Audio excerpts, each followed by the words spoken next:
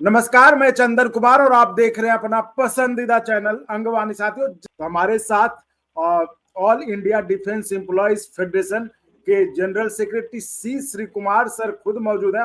ये जो चर्चा होती है कि सरकार पेंशन खत्म ही करना चाहती है, मतलब क्या ये कहीं कुछ है? क्या लग रहा है आप लोगों को क्या कि सरकार एकदम पेंशन को खत्म, जैसे पिछली चर्चा में भी आपने कहा था कि हाँ पेंशन को ये पे आउट लिख रहे हो, तो ये जो चर्चा हो रही है कि सरकार जो है पेंशन से एकदम निकलना ही, तो क्या ये पेंशन सही में ऐसा कुछ है?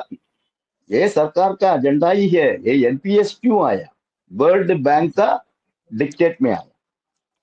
वर्ल्ड बैंक उनका रिपोर्ट में, तो अटल बिहारी वाजपेयी जी का सरकार था 2003 में, 2003 उस पीरियड में, उसका पहले ही वर्ल्ड बैंक ने उनको डिक्टेट दे दिया, आप हमसे लोन ले रहा है तो आप ये नॉन कंट्रीब्यूटरी पेंशन स्कीम को खत्म करना है।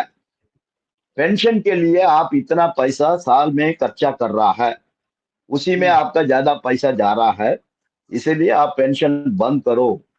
बंद करके ठीक है पेंशन आप रखो, लेकिन कंट्रीब्यूटरी पेंशन रखो। तो ऐसा ही तो ओल्ड पेंशन स्कीम खत्म कर दिया, अभी एनपीएस आ गया। एनपीएस में फिर प्रॉब्लम है करके सब कर्मचारी ने लड़ाई किया, संघर्ष किया, अब यूपीएस लेके आया। तो सरकार का इसमें बहुत क्लियर है, पेंशन खत्म करने का चक्कर में ही है, लेकिन उतना इजीली नहीं कर सकता, इसीलिए धीरे धीरे धीरे धीरे उस रास्ता में चल रहा है। ये तो सर आप बहुत गंभीर बात बता रहे हैं, मतलब ये सही में आज सिचुएशन ही बहुत गंभीर है। गंभीर सिचुएशन में ही हम लोग सब है। इस सरकार में तो सबका ऐसा ही चलता है ना। एनपीएस में इम्प्रूवमेंट करके बोला, लेकिन आया यूपीएस। तो एनपीएस में इम्प्रूवमेंट नहीं ना, ये एक अलग स्कीम है। अभी उसका कानून भी आ गया, तो उसका ऑप्शन भी अभी सब जगह में इश्यू करना शुरू हो गया। 3 महीने का समय दिया, तो ये किधर से आया? सरकार ने खुद, हम लोग का डिमांड है ओपीएस, लेकिन सरकार ने बोला नहीं हम एनपीएस का अंदर ही इम्प्रूवमेंट करेंगे, लेकिन सरकार ने वो छोड़ दिया, यूपीएस कर दिया। 3 पेंशन है ना। अभी डिस्पैरिटी के बारे में इतना हम लोग चर्चा कर रहा है, और डीपली इसका अंदर घुसेगा, कितना डिस्पैरिटी है। ये एक 2004 का पहले आया, उसको पुराना पेंशन ओपीएस। एक 2004 के बाद कौन आया, उसको नया पेंशन कंट्रीब्यूटरी पेंशन, ठीक है। अभी तो 1/4/2025 के बाद कौन नौकरी में आ रहा है, उनको दोनों है। आप रहेगा तो आप एनपीएस में घुस सकता है, नहीं तो यूपीएस में जा सकता है। ये भी डिस्पैरिटी है, ये भी डिस्क्रिमिनेशन है। सुप्रीम कोर्ट ने बोला पेंशनर का बीच में 2 ग्रुप नहीं हो सकता है, लेकिन अभी 3 ग्रुप हो गया ना। ओल्ड पेंशन का एक ग्रुप, एनपीएस का एक ग्रुप, और 1/4/2025 के बाद यूपीएस का एक ग्रुप। ये कैसे चलेगा? ये भी तो गलत है ना। ये गलत काम करके करके बैठा है सरकार। तो ये क्यों ऐसा करते हैं सर सरकार? हमने बोला ना आपको,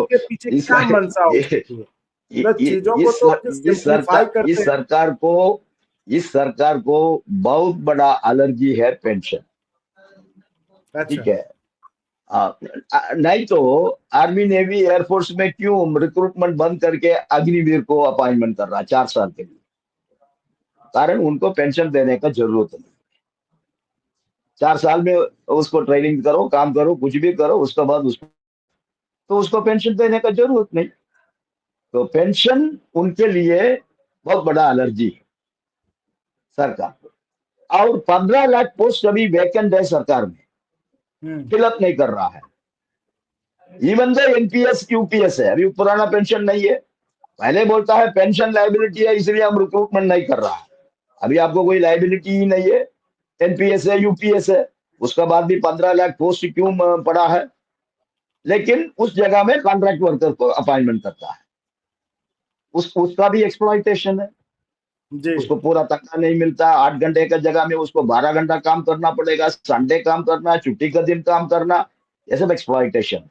इसका कारण क्या है? इन लोग का अप्रोच गलत है।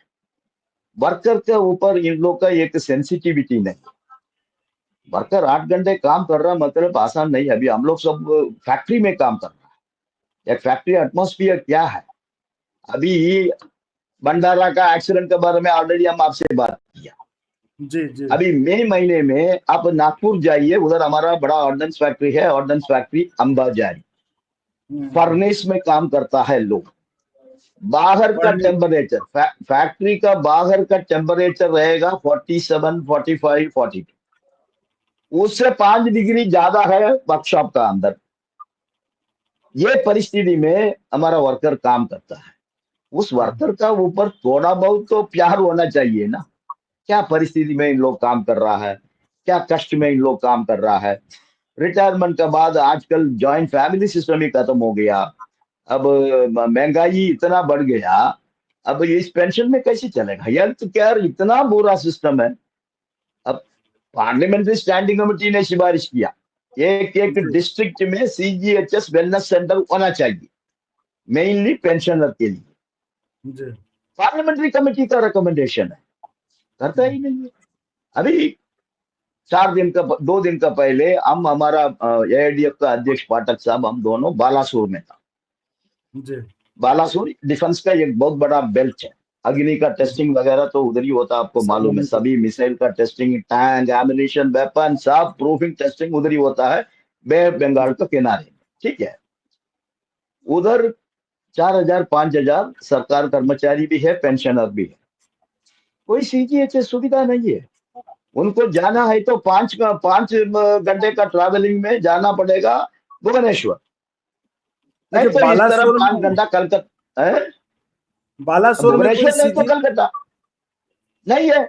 बालासोर में इतना पॉपुलेशन, इतना सेंसिटिव डिफेंस एस्टेब्लिशमेंट्स है, PXC है, IPRE है, हमारा मिलिट्री इंजीनियरिंग सर्विस है, MES कर्मचारी, उनका पेंशनर है, और इनकम टैक्स डिपार्टमेंट है, अकाउंट्स डिपार्टमेंट है, अलग अलग केंद्र सरकार का डिपार्टमेंट से रिटायर होने वाला कर्मचारी। बचपन से हम लोग तो बचपन से पढ़ते आए कि बालासोर मतलब देश का वो जगह है जहाँ से टेस्टिंग वगैरह किया जाता है, तो यानी डिफेंस का इतना बड़ा सेंटर है वो, वहाँ पे कर्मचारी भी जाहिर तौर पे, वहाँ पे कोई सेंटर ही नहीं है मेडिकल चेकअप के, कुछ ही नहीं है। CGHS का एक वेलनेस सेंटर नहीं है, तो वेलनेस सेंटर नहीं तो फिर एम्पैनल हॉस्पिटल किधर से आएगा।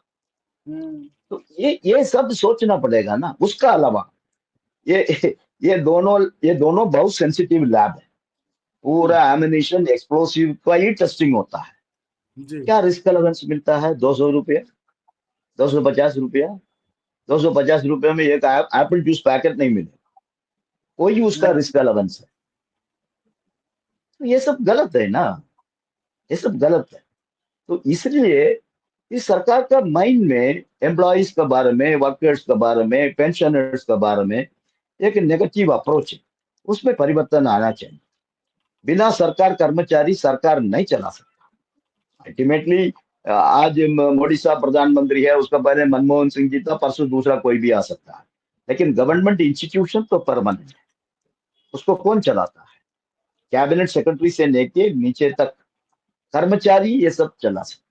तो उस कर्मचारी का ऊपर थोड़ा बहुत आपको सिंपैथी होना चाहिए, उनका भी एक respectful, decent, dignified life service में भी और रिटायरमेंट के बाद मेंटेन करने का सरकार का जिम्मेदारी है। उसके सरकार एस्केप नहीं हो सकता है इन एनी डेमोक्रेटिक कंट्री। तो ये हम लोग का विचार है।